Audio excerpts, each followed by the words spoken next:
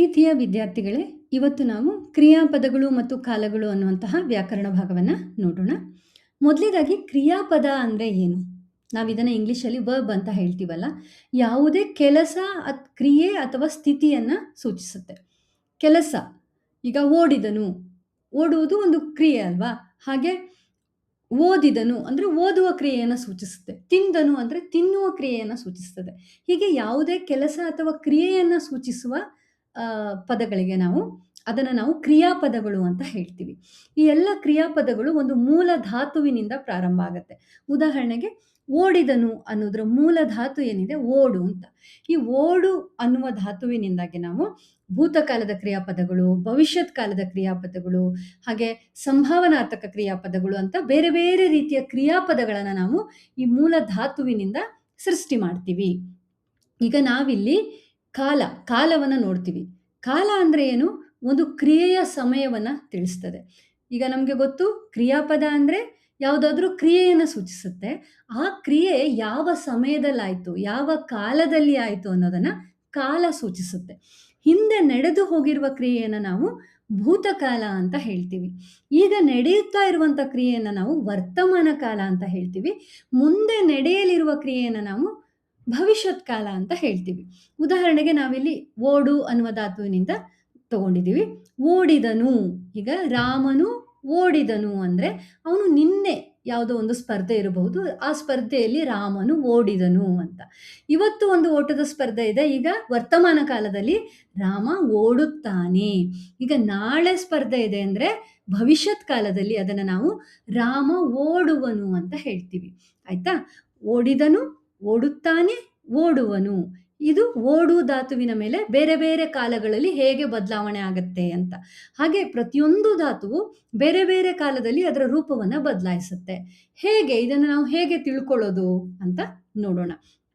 ಈ ರೀತಿ ಬೇರೆ ಬೇರೆ ಕಾಲದಲ್ಲಿ ಬೇರೆ ಬೇರೆ ರೂಪವನ್ನು ಪಡೆದುಕೊಳ್ಳಿಕ್ಕೆ ಒಂದು ನಿಯಮ ಇದೆ. ಆ ರೀತಿ ನಿಯಮ ಇದ್ದಾಗ ನಮಗೆ ಸುಲಭ ಆಗತ್ತೆ ಅಲ್ವಾ, ಹೇಗೆ ಅದನ್ನು ಹೇಳೋದು ಅಂತ. ಈಗ ಮೊದಲನೇದಾಗಿ ಕಾಲ, ಭೂತಕಾಲ, ವರ್ತಮಾನ ಕಾಲ, ಭವಿಷ್ಯತ್ ಕಾಲ. ಇಲ್ಲಿ ಭೂತಕಾಲದ ಒಂದು ಪ್ರತ್ಯಯ ಅಂತ ಇದೆ, ಅದನ್ನು ದ ಅಂತ ಹೇಳ್ತೀವಿ. ದ ಎನ್ನುವುದು ಭೂತಕಾಲದ ಪ್ರತ್ಯಯ, ಉತ್ತ ಅನ್ನೋದು ವರ್ತಮಾನ ಕಾಲದ ಪ್ರತ್ಯಯ, ಮತ್ತೆ ವ ಅಥವಾ ಉ ಅನ್ನೋದು ಭವಿಷ್ಯತ್ ಕಾಲದ ಪ್ರತ್ಯಯ. ಇದನ್ನ ನಾವು ಹೇಗೆ ಉಪಯೋಗಿಸ್ತೀವಿ ಅಂತ ಮುಂದೆ ನೋಡೋಣ. ನಾವು ತಿಳ್ಕೊಂಡಿರ್ಬೇಕು ಭೂತಕಾಲದ ಪ್ರತ್ಯಯ ಯಾವುದು, ವರ್ತಮಾನ ಕಾಲದ ಪ್ರತ್ಯಯ ಯಾವುದು, ಮತ್ತೆ ಭವಿಷ್ಯತ್ ಕಾಲದ ಪ್ರತ್ಯಯ ಯಾವುದು ಅಂತ ಬಹಳ ಮುಖ್ಯವಾದದ್ದು. ಅದಾದ ಮೇಲೆ ನಾವು ಆಖ್ಯಾತ ಪ್ರತ್ಯಯಗಳು ಅಂತ ಇರ್ತವೆ. ಆಖ್ಯಾತ ಪ್ರತ್ಯಯಗಳು ಅಂದರೆ ಕ್ರಿಯಾಪದದ ಕೊನೆಯಲ್ಲಿ ಬರುವಂತಹ ಪ್ರತ್ಯಯಗಳು. ಉದಾಹರಣೆಗೆ ನೀವು ಓಡುತ್ತಾನೆ ಅಂದಾಗ ಕೊನೆಯಲ್ಲಿ ಏನು ಬಂತು? ಆನೆ ಅಂತ ಬಂತಲ್ಲ, ಅದನ್ನು ನಾವು ಆಖ್ಯಾತ ಪ್ರತ್ಯಯ ಅಂತೀವಿ. ಅದೇ ಹುಡುಗಿ ಆದರೆ ಓಡುತ್ತಾಳೆ ಅಂತೀವಲ್ಲ, ಅದರ ಕೊನೆಯಲ್ಲಿ ಆಳೆ ಅಂತ ಬರುತ್ತಲ್ಲ, ಅದನ್ನು ನಾವು ಆಖ್ಯಾತ ಪ್ರತ್ಯಯ ಅಂತ ಹೇಳ್ತೀವಿ. ಹಾಗಾಗಿ ಒಂದು ಕ್ರಿಯಾಪದವನ್ನು ನಾವು ಮಾಡುವಾಗ ನಮಗೆ ಅಲ್ಲಿ ಕ್ರಿಯಾಪದದ ಮೂಲ ರೂಪ ಧಾತು ಬೇಕಾಗತ್ತೆ, ಆಮೇಲೆ ಕಾಲಸೂಚಕ ಪ್ರತ್ಯಯ ಬೇಕಾಗತ್ತೆ, ಆಮೇಲೆ ಆಖ್ಯಾತ ಪ್ರತ್ಯಯ ಬೇಕಾಗತ್ತೆ. ಹಾಗಾಗಿ ಒಂದು ಕ್ರಿಯಾಪದ ಅಂದರೆ ಧಾತು ಪ್ಲಸ್ ಕಾಲಸೂಚಕ ಪ್ರತ್ಯಯ ಪ್ಲಸ್ ಆಖ್ಯಾತ ಪ್ರತ್ಯಯ, ಇವು ಮೂರು ಸೇರಿ ಒಂದು ಕ್ರಿಯಾಪದ ಆಗತ್ತೆ. ಹೇಗೆ ಅನ್ನೋದು ಉದಾಹರಣೆ ಸಮೇತ ನಾವು ನೋಡ್ಬೋದು. ಈಗ ಮೊದಲನೇದಾಗಿ ನಾವು ವರ್ತಮಾನ ಕಾಲ ಅಂದರೆ ಈಗ ನಡೀತಾ ಇರುವಂಥ ಕ್ರಿಯೆ ಬಗ್ಗೆ ಮಾತನಾಡೋದಾದರೆ, ವರ್ತಮಾನ ಕಾಲದ ಕ್ರಿಯಾಪದಗಳು ಹೇಗೆ ಆಗತ್ತೆ? ಧಾತು, ವರ್ತಮಾನ ಕಾಲದ ಕಾಲಸೂಚಕ ಪ್ರತ್ಯಯ ಮತ್ತು ವರ್ತಮಾನ ಕಾಲದ ಆಖ್ಯಾತ ಪ್ರತ್ಯಯ, ಇವು ಮೂರು ಸೇರಿ ವರ್ತಮಾನ ಕಾಲದ ಕ್ರಿಯಾಪದ ಆಗತ್ತೆ. ಇವಾಗ ಒಂದು ಧಾತು ತಗೊಳ್ಳೋಣ, ನಾವು ಮಾಡು ಅನ್ನುವಂಥ ಧಾತುವನ್ನು ತೆಗೆದುಕೊಳ್ಳೋಣ. ವರ್ತಮಾನ ಕಾಲದ ಕಾಲಸೂಚಕ ಪ್ರತ್ಯಯ ಯಾವುದು? ಉತ್ತ. ಉತ್ತ ಅನ್ನುವುದು ವರ್ತಮಾನ ಕಾಲದ ಕಾಲಸೂಚಕ ಪ್ರತ್ಯಯ, ಅದನ್ನು ನಾವಿಲ್ಲಿ ಉಪಯೋಗಿಸ್ಕೊಳ್ತಾ ಇದ್ದೀವಿ. ಆಮೇಲೆ ಆಖ್ಯಾತ ಪ್ರತ್ಯಯಗಳು ಇವುಗಳ ಇಷ್ಟಿದಾವಲ್ಲ, ಇವೆಲ್ಲವೂ ವರ್ತಮಾನ ಕಾಲದ ಆಖ್ಯಾತ ಪ್ರತ್ಯಯಗಳು. ಆಮೇಲೆ ಈಗ ನಾವು ತಗೊಂಡಿರೋ ಧಾತು ಯಾವುದು? ಮಾಡು. ಮಾಡು ಅನ್ನುವಂಥ ನಾವು ಧಾತುವನ್ನು ತಗೊಂಡಾಗ ನಾವಿಲ್ಲಿ ಪುರುಷಾರ್ಥಕಗಳನ್ನು ಕೂಡ ನೋಡಬೇಕಾಗತ್ತೆ.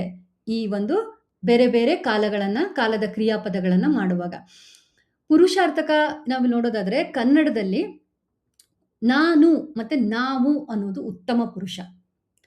ಬಹಳ ಸುಲಭ ನೆನ್ಪಿಟ್ಕೊಳ್ಳಿಕ್ಕೆ, ಯಾವಾಗಲೂ ನಮಗೆ ನಾನು ಉತ್ತಮ ಅಂತ ಇರುತ್ತೆ ಅಲ್ವಾ. ಹಾಗಾಗಿ ನಾನು ಮತ್ತು ನಾವು ಅನ್ನೋದು ಕನ್ನಡದಲ್ಲಿ ಉತ್ತಮ ಪುರುಷ. ನೀನು, ನೀವು ಅಂತ ಹೇಳೋದು ಕನ್ನಡದಲ್ಲಿ ಮಧ್ಯಮ ಪುರುಷ. ನಾವು ಇಂಗ್ಲಿಷಲ್ಲಿ first person, second person, third person ಅಂತೀವಲ್ಲ, ಹಾಗೆ ಕನ್ನಡದಲ್ಲೂ ಇದೆ. ನಾನು ಉತ್ತಮ, ನೀನು ನೀವು ಬಂದರೆ ಅದು ಮಧ್ಯಮ ಪುರುಷ. ಆಮೇಲೆ ಪ್ರಥಮ ಪುರುಷ ಅಂದರೆ ಬೇರೆಯವರನ್ನು ಉದ್ದೇಶಿಸಿ ಹೇಳುವಾಗ ಅವನು, ಅವರು, ಅವಳು, ಅವರು, ಅದು, ಅವು, ಇದು ಏಕವಚನ ಮತ್ತು ವಚನಗಳಲ್ಲಿ ಬದಲಾಗ್ತಾ ಇರುತ್ತೆ. ಹಾಗಾಗಿ ಪ್ರಥಮ ಪುರುಷ ಪುಲ್ಲಿಂಗ ಅಲ್ಲಿ ಏನು ಬರುತ್ತೆ? ಅವನು, ಅವರು ಬರುತ್ತೆ. ಅದೇ ಪ್ರಥಮ ಪುರುಷ ಸ್ತ್ರೀಲಿಂಗದಲ್ಲಿ ಏನು ಬರುತ್ತೆ? ಅವಳು ಮತ್ತು ಅವರು ಅಂತ ಬರುತ್ತೆ. ಪ್ರಥಮ ಪುರುಷ ನಪುಂಸಕಲಿಂಗದಲ್ಲಿ ಅದು ಮತ್ತು ಅವು ಬರುತ್ತೆ. ಸೊ ಪ್ರಥಮ ಪುರುಷದಲ್ಲಿ ನಾವು 3 ಭಾಗಗಳನ್ನ ನೋಡ್ತೀವಿ, ಉಳಿದಿದ್ದು ಒಂದೊಂದೇ ಇರುತ್ತೆ. ಇದನ್ನು ನಾವು ಅರ್ಥ ಮಾಡ್ಕೊಂಡಿರ್ಬೇಕು ಫಸ್ಟ್ಗೆ, ಆಯ್ತಾ? ಇವಾಗ ನಾವು ಮಾಡು ಅನ್ನುವ ಧಾತುವನ್ನು ತಗೊಂಡಾಗ ನಾನು ಉತ್ತಮ ಪುರುಷ ಅಂದರೆ ನಾನು ಅಂತ ತಗೊಂಡ್ರೆ, ನಾನು ಮಾಡು ಪ್ಲಸ್ ಉತ್ತ ಪ್ಲಸ್ ಏನಾಗತ್ತೆ? ಅದು ಮಾಡುತ್ತೇನೆ ಅಂತ ಆಗತ್ತೆ. ಯಾವಾಗ? ಅದು ಏಕವಚನದಲ್ಲಿ. ಅದೇ ಬಹುವಚನದಲ್ಲಿ ಏನಾಗತ್ತೆ? ಮಾಡು ಧಾತು ಸರಿ ಸೇಮ್ ಇರುತ್ತೆ, ಕಾಲಸೂಚಕ ಪ್ರತ್ಯಯ ಉತ್ತ ಸೇಮ್ ಇರುತ್ತೆ, ಮಾಡುತ್ತಾ ಆಗತ್ತೆ. ಆಮೇಲೆ ಬಹುವಚನ ಆಗಿರೋದ್ರಿಂದ ನಾವು ಏವೆ ಅಂತ ಉಪಯೋಗಿಸ್ತೀವಿ, ಮಾಡುತ್ತೇವೆ. ಹಾಗಾಗಿ ವರ್ತಮಾನ ಕಾಲದ ಮಾಡು ಅನ್ನುವ ಧಾತುವನ್ನು ತಗೊಂಡಾಗ ನಾವು ವರ್ತಮಾನ ಕಾಲದ ಕ್ರಿಯಾಪದ ಉತ್ತಮ ಪುರುಷದಲ್ಲಿ ಮಾಡುವಾಗ ಮಾಡುತ್ತೇನೆ ಅಥವಾ ಮಾಡುತ್ತೇವೆ ಅಂತ ಆಗತ್ತೆ. ಇಲ್ಲಿ ನೋಡಿ ಉತ್ತ ಅಂತ ಬರುತ್ತೆ.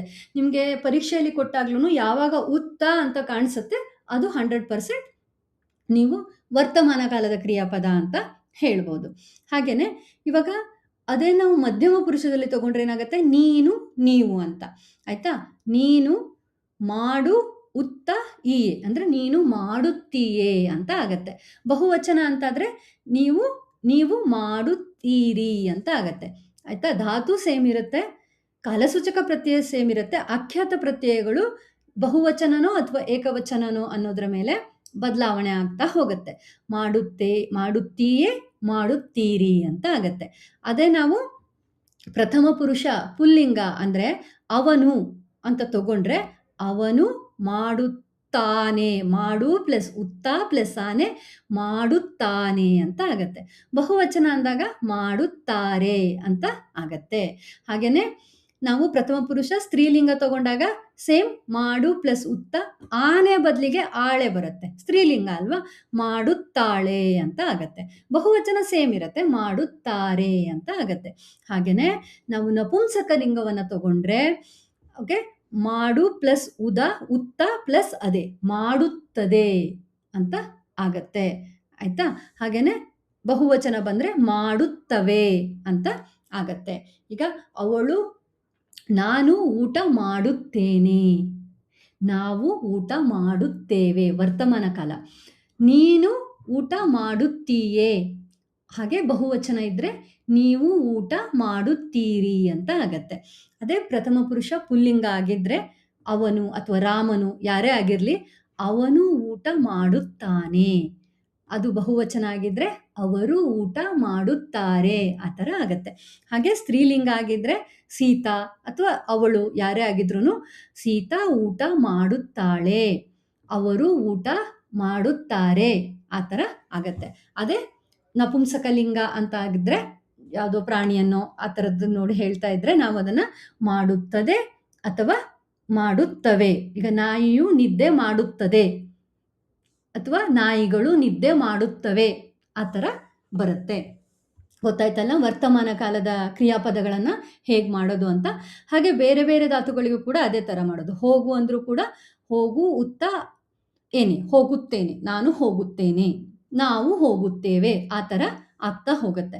ಇಲ್ಲಿ ತಿಳಿ ಅನ್ನುವ ಧಾತುವಲ್ಲಿ ನೀವು ನೋಡಿದಾಗ ಇಲ್ಲಿ ತಿಳಿ ಆದಮೇಲೆ ಯು ಬಂದಿದೆ, ಅಂದರೆ ನಾನು ತಿಳಿ ಉತ್ತ ಏನೇ, ತಿಳಿಯುತ್ತೇನೆ ಆಗಲ್ಲ, ಇಲ್ಲಿ ತಿಳಿ ಅಂತ ಬಂದಾಗ ಯ ಬರುತ್ತೆ ಅಲ್ಲಿ ಮಧ್ಯ.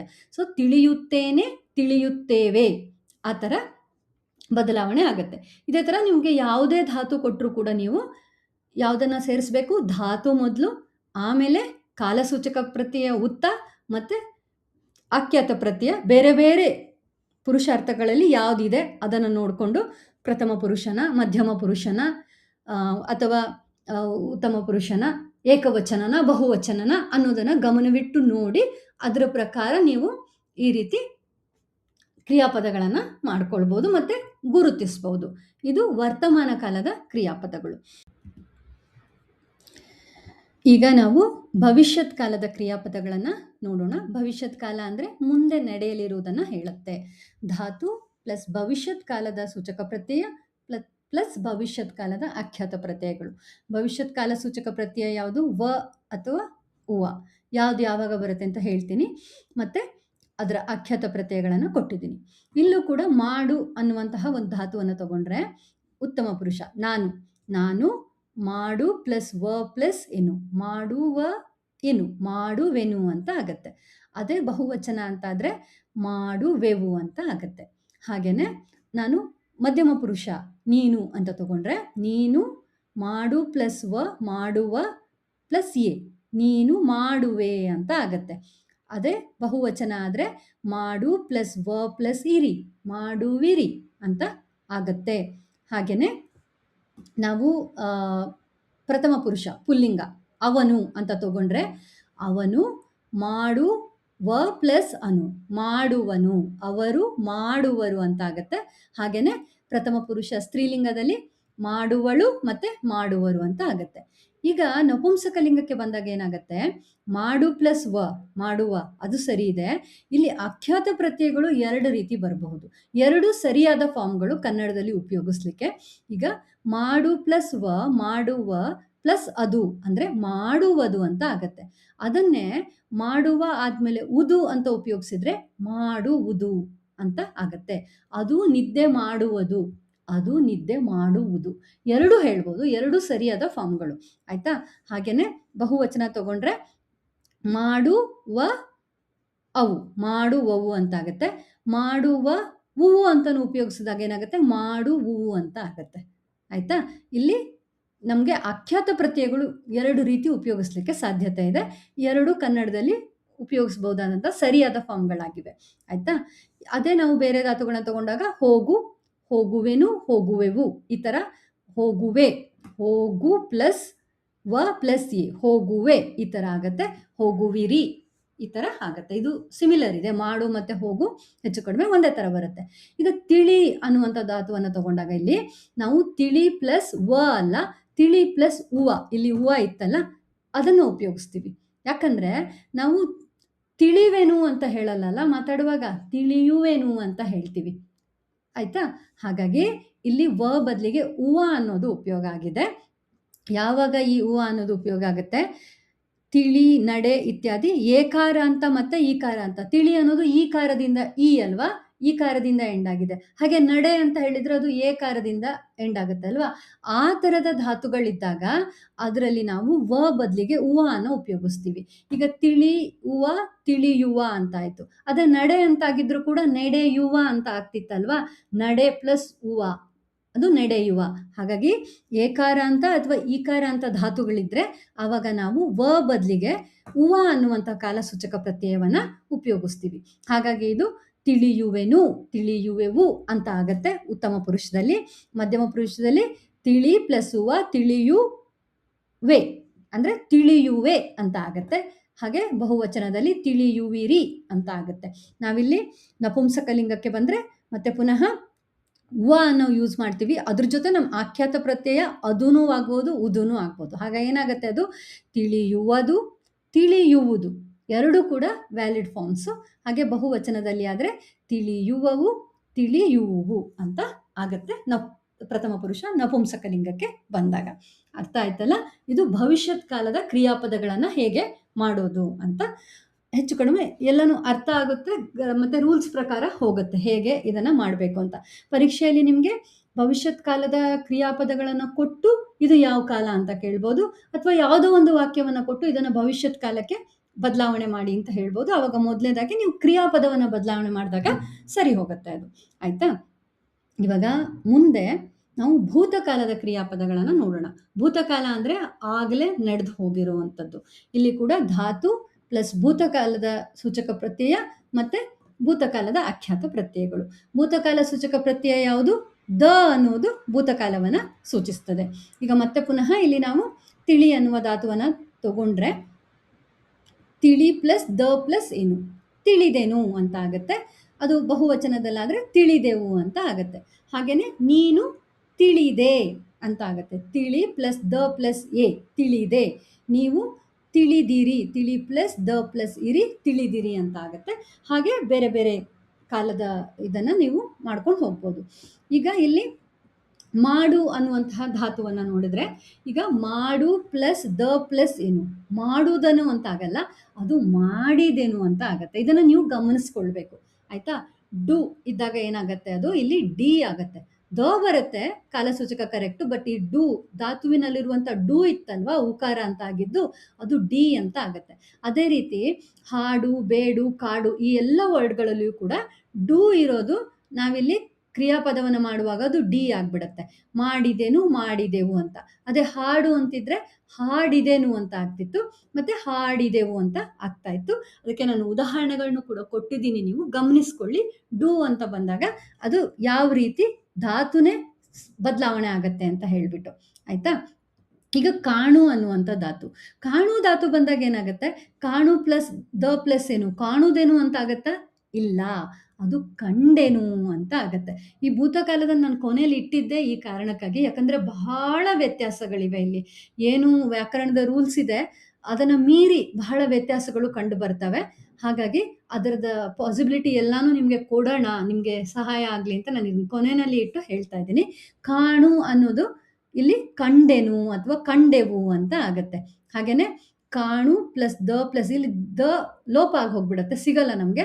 ಆವಾಗ ಕಂಡೆ, ಇಲ್ಲಿ ಕಾಲಸೂಚಕ ಪ್ರತ್ಯಯ ಹೆಚ್ಚು ಕಡಿಮೆಗಳು. ಕಾಣು ಅಂದಾಗ ಕಾಲಸೂಚಕ ಪ್ರತ್ಯಯಗಳೇ ಕಾಣಿಸಲ್ಲ ಇಲ್ಲಿ, ಅದ್ರ ಬದಲು ಬರೀ ಆಖ್ಯಾತ ಪ್ರತ್ಯಯಗಳು ಸೇರ್ಕೊಂಡು ಕ್ರಿಯಾಪದ ರಚನೆಗೊಳ್ಳುತ್ತೆ. ಸೊ ಕಂಡೆ, ಕಂಡಿರಿ ಈ ಥರ ಆಗತ್ತೆ. ಅದೇ ಪುಲ್ಲಿಂಗ ಆದರೆ ಏನಾಗುತ್ತೆ, ಕಂಡೆನು ಮತ್ತು ಕಂಡರು, ಕಂಡನು ಮತ್ತು ಕಂಡರು ಅಂತ ಈ ಥರ ಆಗತ್ತೆ. ಇಲ್ಲಿ ನಿಮಗೆ ಕಾಣು ಅನ್ನೋ ಧಾತು ಬಂದಾಗ ದ ಇಲ್ಲಿ ನಿಮಗೆ ಕಾಣಿಸೋದಿಲ್ಲ ಆಯಿತಾ.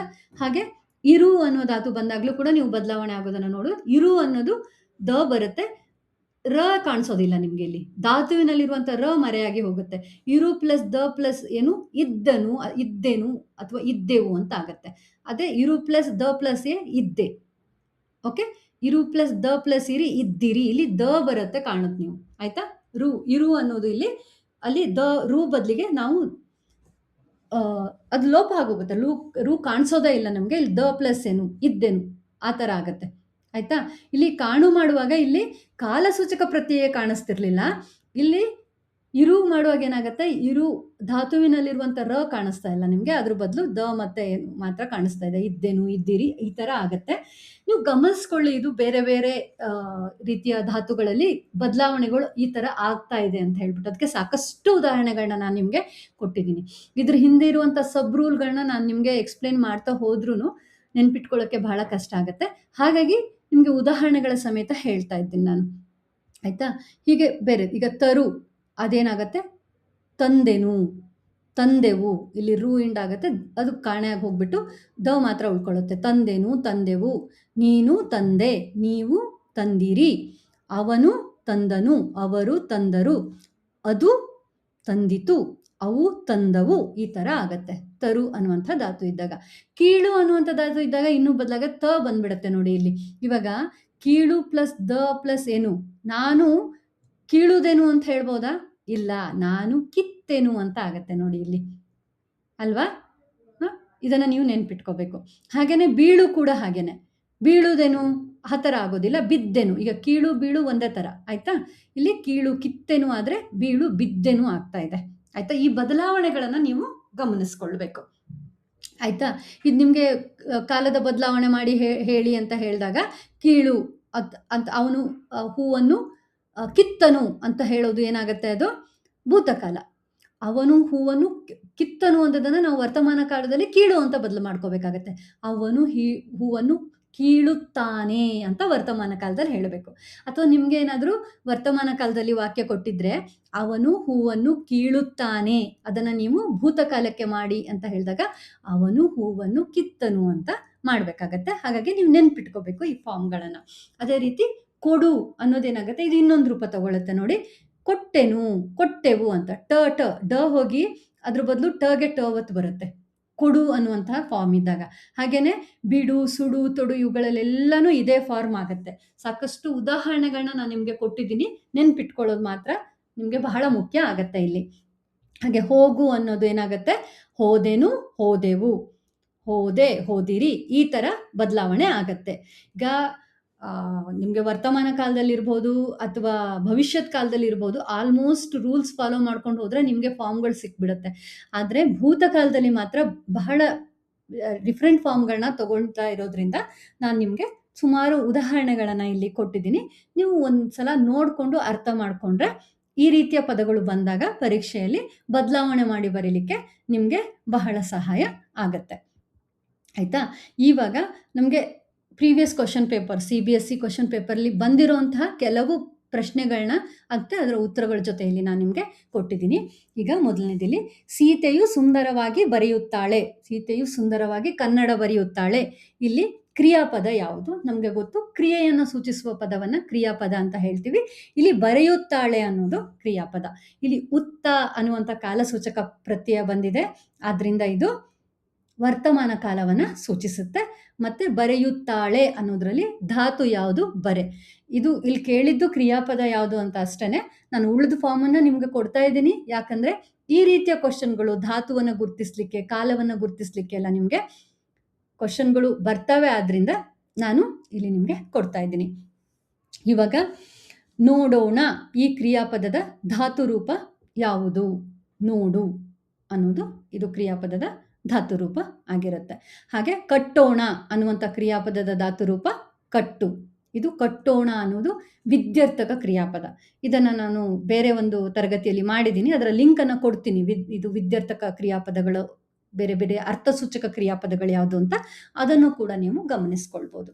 ಹಾಗೇನೆ ಇಲ್ಲಿ ಕೆಲವರು ಅಧ್ಯಯನ ದೃಷ್ಟಿಯಿಂದ ಶೈಕ್ಷಣಿಕ ಪ್ರವಾಸ ಮಾಡುವರು. ಇದನ್ನು ವರ್ತಮಾನ ಕಾಲಕ್ಕೆ ಪರಿವರ್ತನೆ ಮಾಡಿ ಬರೆಯಿರಿ ಅಂತ ಹೇಳ್ತಾರೆ. ಇದು ಮಾಡುವರು, ಇದು ಭವಿಷ್ಯತ್ ಕಾಲ. ಬಂದಿದೆ ಅಲ್ಲ, ಮಾಡು ಪ್ಲಸ್ ಪ್ಲಸ್ ಅರು ಅಂತ ಆಗಿದೆ. ಸೊ ಮಾಡುವರು ಆಗಿದೆ. ಇದನ್ನ ನಾವು ಏನ್ ಮಾಡ್ಬೇಕು ಹೇಳಿದ್ದಾರೆ? ವರ್ತಮಾನ ಕಾಲಕ್ಕೆ ಉತ್ತ ಬರಬೇಕು. ಕೆಲವರು ಅಧ್ಯಯನ ದೃಷ್ಟಿಯಿಂದ ಶೈಕ್ಷಣಿಕ ಪ್ರವಾಸ ಮಾಡುತ್ತಾರೆ. ಮಾಡು ಪ್ಲಸ್ ಉತ್ತ ಪ್ಲಸ್ ಆರೆ. ಯಾಕಂದ್ರೆ ಮಾಡುವರು ಬಹುವಚನ ಬಂದಿದೆ ಅಲ್ಲ ಇಲ್ಲಿ, ಹಾಗೇನೆ ಇಲ್ಲಿ ಕೂಡ ಬಹುವಚನ ಆರೆ ಬರಬೇಕು.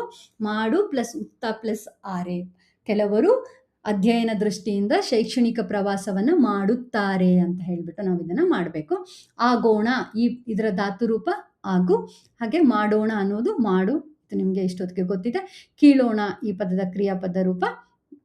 ಕೇಳೋಣ ಅನ್ನೋದು ಕೀಳು ಅಲ್ಲ, ಕೇಳು. ಕೇಳೋಣ ಇದರ ಕ್ರಿಯಾಪದದ ಧಾತು ರೂಪ ಕೇಳು ಅಂತ ಆಗತ್ತೆ. ಆಮೇಲೆ ಇಷ್ಟು ನಿಮಗೆ ಅರ್ಥ ಆಯಿತು ಈ ಕಾಲಗಳನ್ನು ಬದಲಾವಣೆ ಮಾಡೋದು ಹೇಗೆ, ಅರ್ಥ ಮಾಡ್ಕೊಳ್ಳೋದು ಹೇಗೆ ಅಂತ. ಬೇರೆ ನಿಮಗೆ ಅರ್ಥಸೂಚಕ ಇದು ಕ್ರಿಯಾಪದಗಳ ಮತ್ತು ಧಾತುಗಳ ಬಗ್ಗೆ ಮಾಡಿರುವಂಥ ತರಗತಿಗಳ ಲಿಂಕ್ಗಳನ್ನ ಕೂಡ ಕೊಟ್ಟಿರ್ತೀನಿ. ಅವುಗಳನ್ನೂ ಕೂಡ ನೀವು ನೋಡ್ಕೋಬಹುದು. ಧನ್ಯವಾದಗಳು.